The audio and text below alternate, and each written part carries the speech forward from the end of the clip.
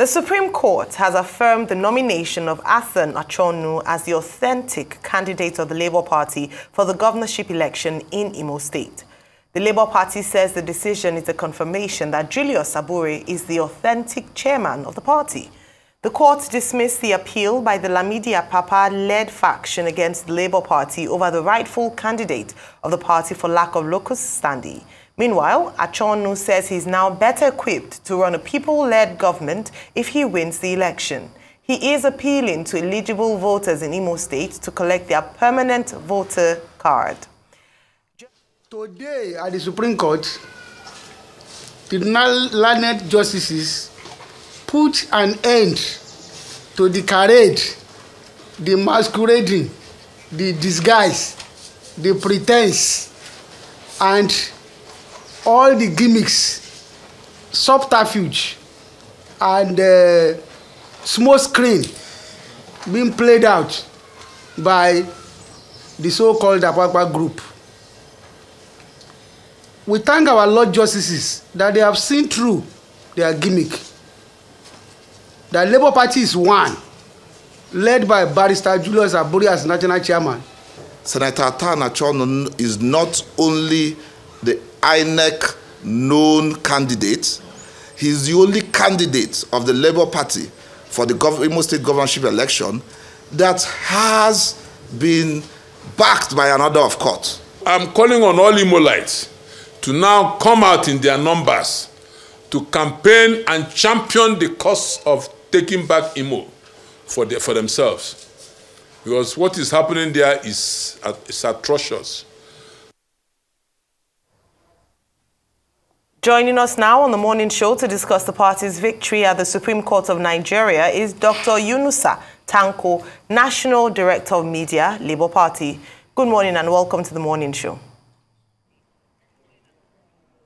Good morning. Thank you for having me. Well, good morning and thank you for joining us. I guess you must be in a very happy mood.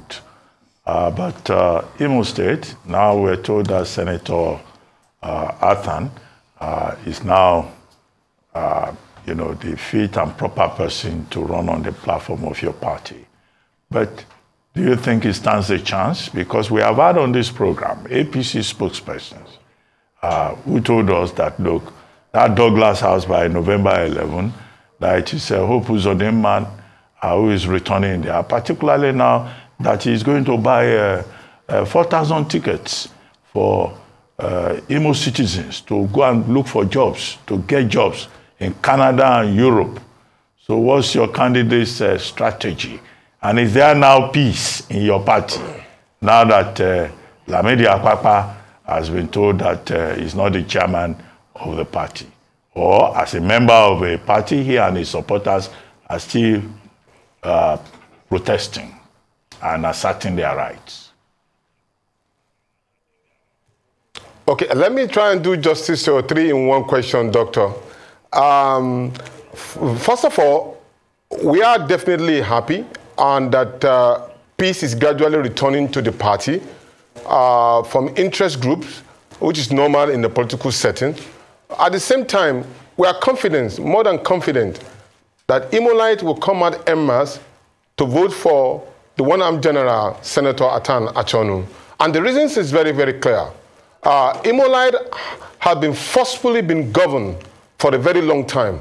I repeat the word, forcefully governed by legalizing illegality. And at the same time, most of Imolites are yearning for a genuine leadership, which Senator Athan will provide for Imolite. I was at the primary of Senator Athan, and I saw the level of commitment. And he said something that really endeared me to his ways and style of politics.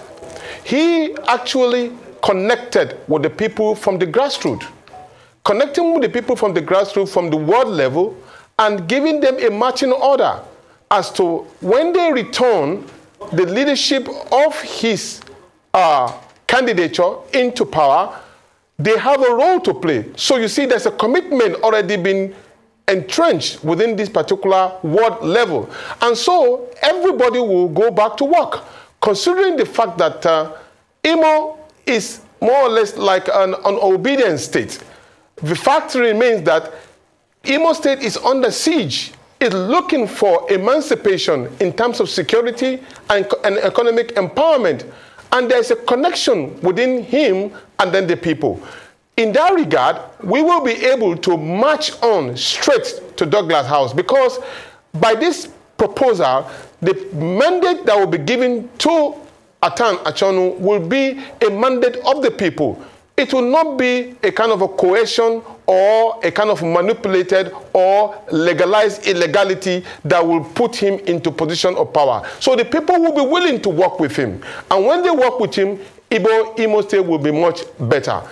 With regard to the party, we are grateful that a lot of people who have seen seriously through the challenges that we've had over the certain part of the month have now clearly stated that there has never been a faction in the Labour Party. And I repeat, many people may not understand, but let me give you a clear demarcation of what I mean. There's no single court or any NWC that had pronounced anybody as the chairman of the Labour Party apart from Julius Abure. If there is, I challenge anybody to produce one document, even from the court. There has not been. What really transpired was that there's an individual who felt that his right has been impugned upon, and then he took a matter to the court. Not allowing the court to do justice as regard to what the matter were, they now pronounced themselves going to the office of the party and pronouncing themselves as chairman of the party. That did not stand.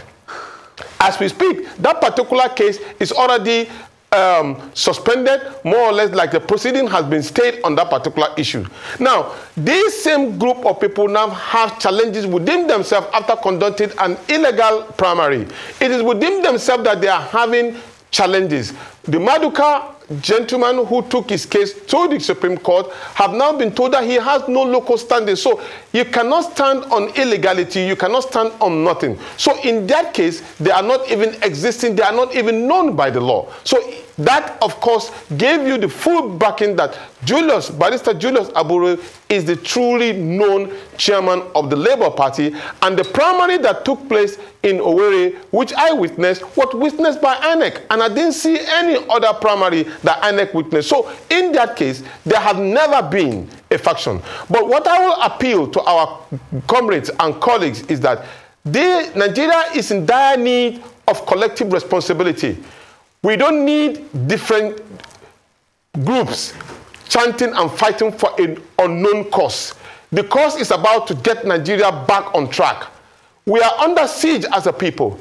So the political party had provided an opportunity under the leadership of AIG Ibadan to come in and say all of their grievances. These grievances will be looked into, and then we will find a way of reconciling our differences and march on.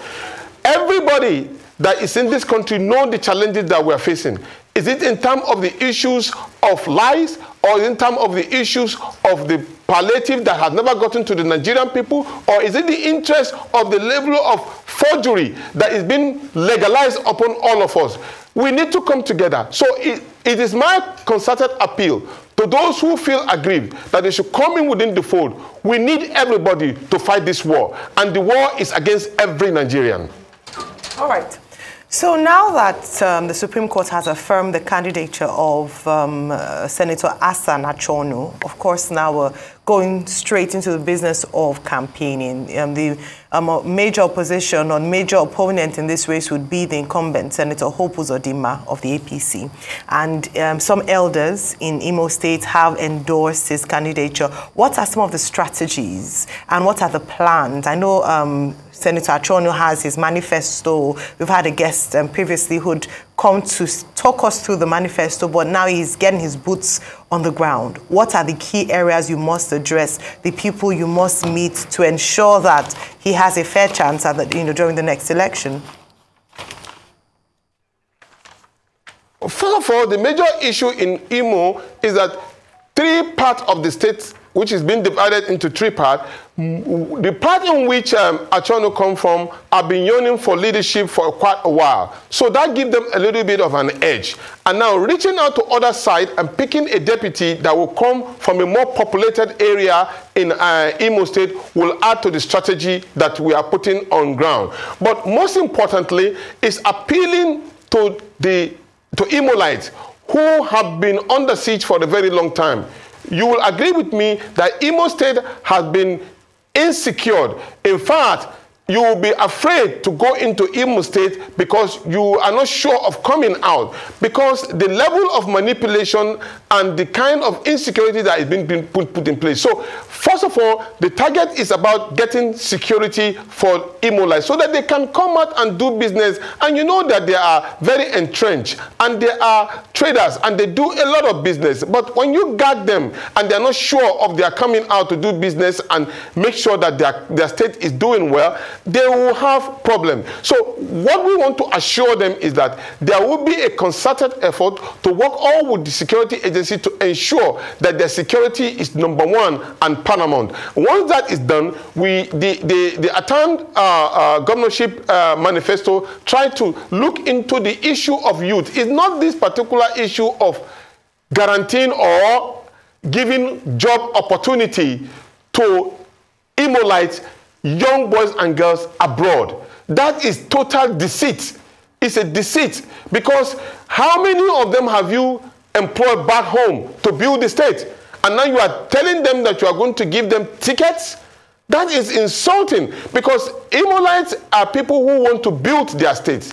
They don't look for handouts. They are looking for how to build their state, not become a refugee in another man's country. So first of all, we want to ensure that we bring dignity and integrity to Imolites, making sure that they have job opportunity within their own enclave to build their state. In that regard, there will be a concerted effort and collective responsibility to move the state forward. Most importantly, Athan is going to connect very credibly with technical people, because you see, our brothers in the Southeast are well endowed in technicalities. In fact, it is so amazing that while we are looking for who can produce cars, planes, and all of those particular categories outside the country, we have them back home. And it can start from Imo State, and it can dovetail into all the other states in the southeastern state. So these are areas in which we want to appeal to Imolite to come out en masse and look at a new lease of life. Don't go back to the old order. Take a look at something new that can bring a better life for yourself, and at the end of it, who knows?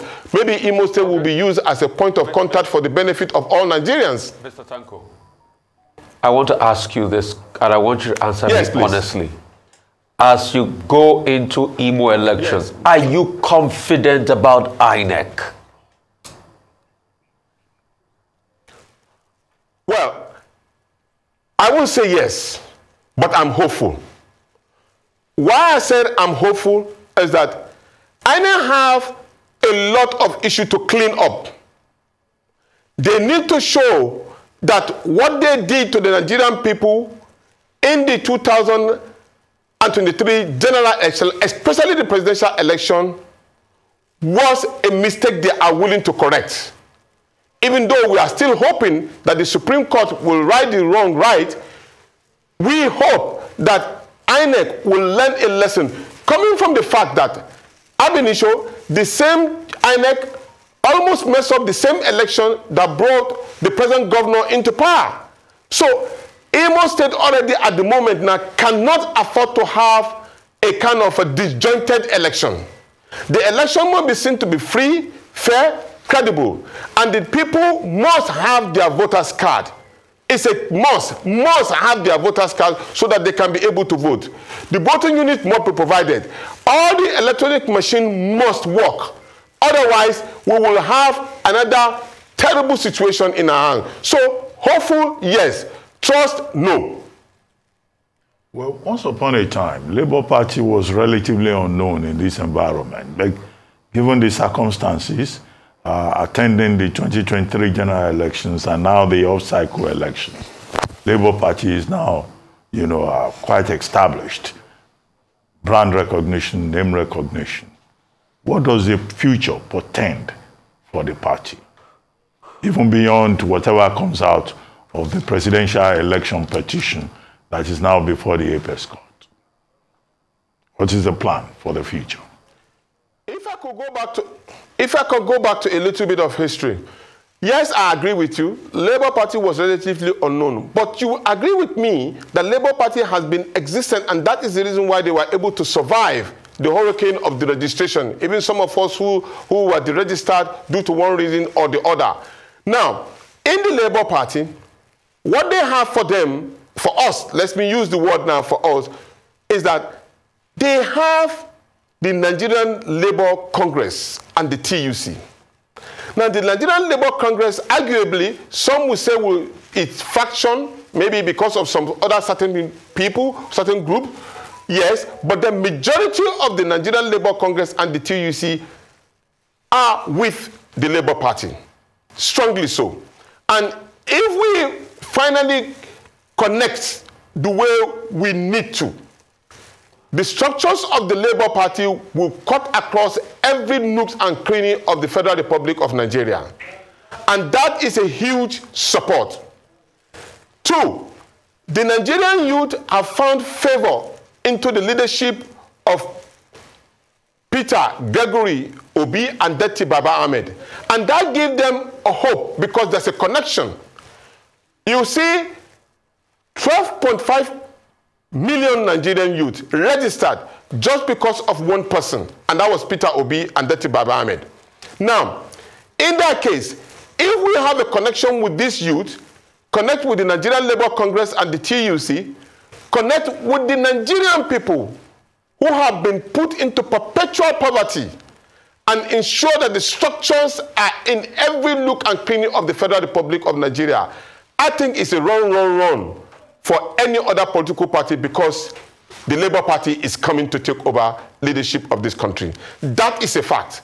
And whether you like it or not, this situation is a serious situation because we have been able to tell the Nigerian people something that they need to hear, and we are ready to practicalize it.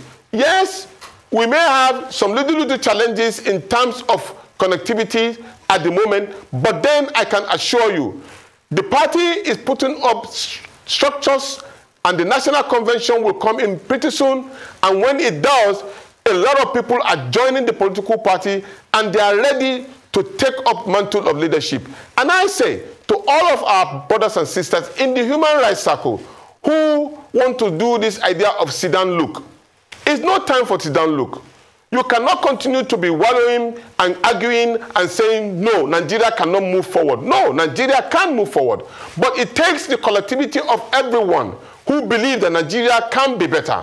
And if you believe in it, all you need to do is come into the Labour Party and help in strengthening it.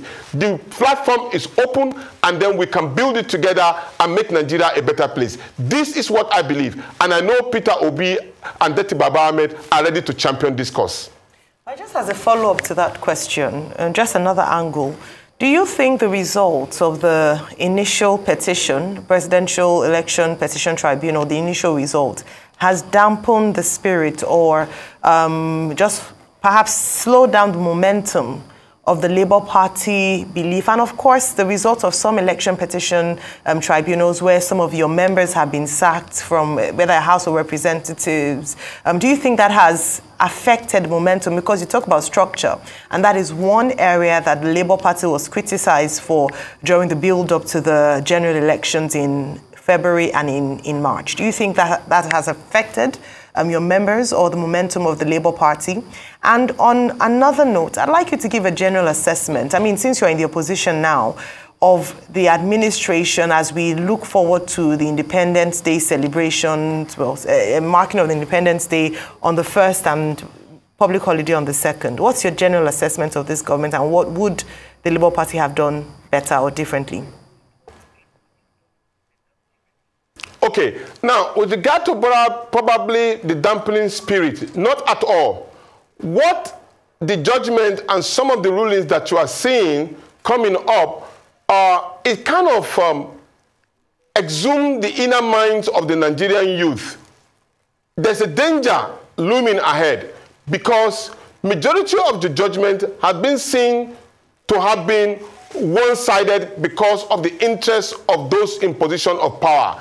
And it's not going down well with the Nigerian youth, I can tell you. So if you think that probably their spirit is being dampened, no. In fact, they are regrouping and rethinking that, look, if they cannot find justice in our judiciary, then there must be an alternative solution to our problem. My fear is this: we cannot continue to legalize illegality. I repeat, legalize illegality brutally and, you know, deceitfully with a level of disdain. Because we have seen cases where the NYSC certificate that almost all of us are meant to suffer for, we go through for complete 1 year.